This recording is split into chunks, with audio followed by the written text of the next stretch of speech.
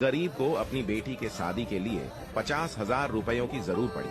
वो गांव के सरदार जी के पास जाकर बोला, सरदार जी मेरी 2 एकड़ जमीन रख लो 50,000 रुपए में। सरदार जी ने कुछ सोचा, फिर बोले, नहीं, मैं उसकी कीमत 2 लाख रुपए दूंगा। गरीब बोला, मैं तो 50,000 मांग रहा हूँ, आप 2 लाख क्यों देना चाहते हैं? सरदार जी बोले, तुम जमीन क्यों बेच रहे हो?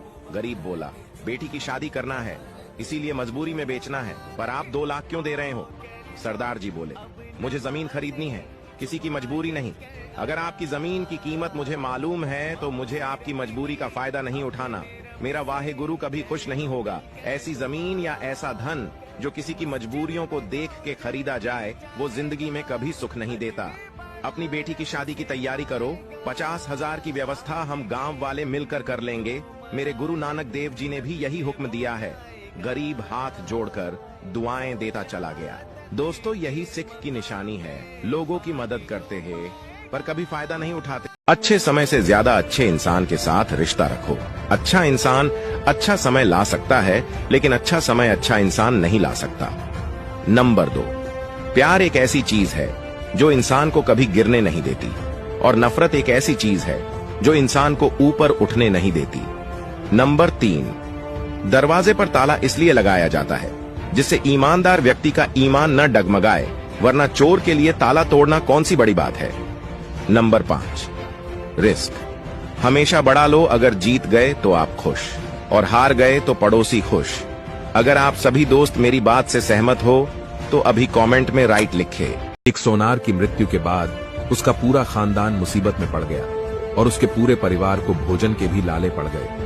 एक दिन मृत सोनार की पत्नी ने अपने बेटे को नीलम का एक हार देकर कहा, बेटा, इसे अपने चाचा की दुकान पर ले जाओ और कहना ये बेचकर कुछ पैसे दे दें। बेटा वो हार लेकर चाचा के पास गया। चाचा ने हार को अच्छी तरह देख और परख कर कहा, बेटा, माँ से कहना कि मार्केट में अभी बहुत मंदा है, थोड़ा रुक के बेचने बोलना, अच्छे दाम मिलेंगे। फिर उसे थोड़े से रुपए देकर कहा, तुम कल से मेरी दुकान पर आकर बैठना। अगले दिन से वो लड़का रोज दुकान पर जाने लगा। कुछ ही दिनों में वो बड़ा माहिर बन गया। एक दिन उसके चाचा ने कहा, बेटा, अपनी माँ से वो हार लेकर आना और कहना, अब मार्केट में बहुत तेजी है, उसके अच्छे दाम मिल जाएंगे। दूसरे दिन माँ से हार लेकर जब लड़के ने उसे परखा तो पाया कि वो नकली है। फिर उसने हार को घर पर ही छोड़ दिया और दुकान लौट आया। चाचा ने पूछा, हार क्यों नहीं लाए? उसने कहा, वो तो नकली था। तब चाचा ने कहा, जब तुम पहली बार उस हार को लेकर आए थे तो उस वक्त मैंने उसे नकली बता दिया होता तो तुम यही सोचते कि आज हम पर बुरा वक्त आया तो चाचा हमारी चीज को भी जाली बताने लगे। आज जब तुम्हें खुद ज्ञान हो गया तो पता चला हार नकली है। निष्कर्ष, सच तो ये है कि ज्ञान के बगैर इस दुनिया में ऐसे ही गलतफहमी का शिकार होकर पारिवारिक और बेहद करीबी रिश्ते बिगड़ जाते हैं। संगीत सुनकर ज्ञान नहीं मिलता और मंदिर जाकर भगवान नहीं मिलता।